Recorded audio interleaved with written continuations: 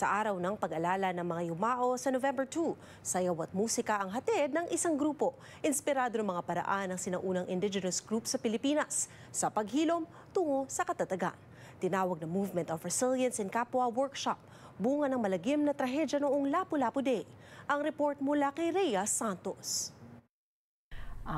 Actually, my son was one of the first to tell me, like, he needed to release.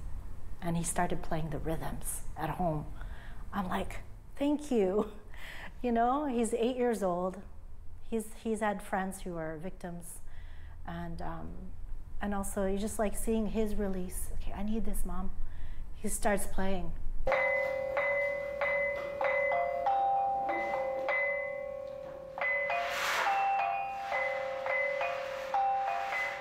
With grief, with trauma, a lot of this experience gets trapped in the body. Dumalo ang pamilya ni Babette Santos sa Lapu-Lapu Day Block Party noong April 26. May mga kakilala na direktang naapektuhan. Higit 6 na buwan mula nang mangyari ang trahedya, nahanap ang kapayapaan sa gitna ng dalamhati at sakit sa musika at pagsayaw. It was an experience where we feel in the body, maybe frozen. So creating that sense of gentleness and movement, movements that are, you know, embedded in our ancestry, actually, you know, that are connected to the hands, you know, and the feet, connection to the earth, that's, you know, this interconnectedness, which is that word kapwa coming in. Miyembro ng Katara Filipino Indigenous Arts at Pinoy Pride Vancouver si Santos.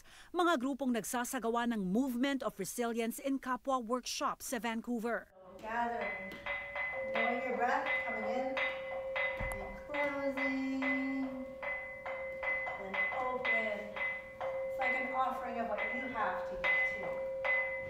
What can we offer to our community that's something that's not offered anywhere else, because we have these special traditions and that are ancient, that could help us heal from something that was so horrific, you know, and traumatizing.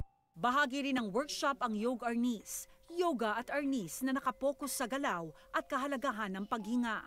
Yung mga breathing na yan, saka yung posture na yan, nakaka-align sa ating mga katawan na nagkakaroon ng mga trauma. Ilang workshops nang isinagawa ng grupo na suportado ng Kapwa Strong Grant, kung saan nagsasama ang mga nais ibuhos ang kanilang emosyon sa pamamagitan ng sining. It was a long journey to come here to this place of like, okay, and now I understand my grief and it being held in a good way with other community. Sa araw ng pag-alala sa mga yumao, magaganap ang 3 nilang workshop. Libre at bukas ito sa lahat ng gustong ipahayag ang kanilang saloobin sa ibang paraan. Sayaw at tunog na tagos sa puso ng sino mang may pinagdadaanan. Ilang lamang daw yan sa mga paraan para mailabas ang tunay na nararamdaman. Rhea Santos, Omni News, Vancouver.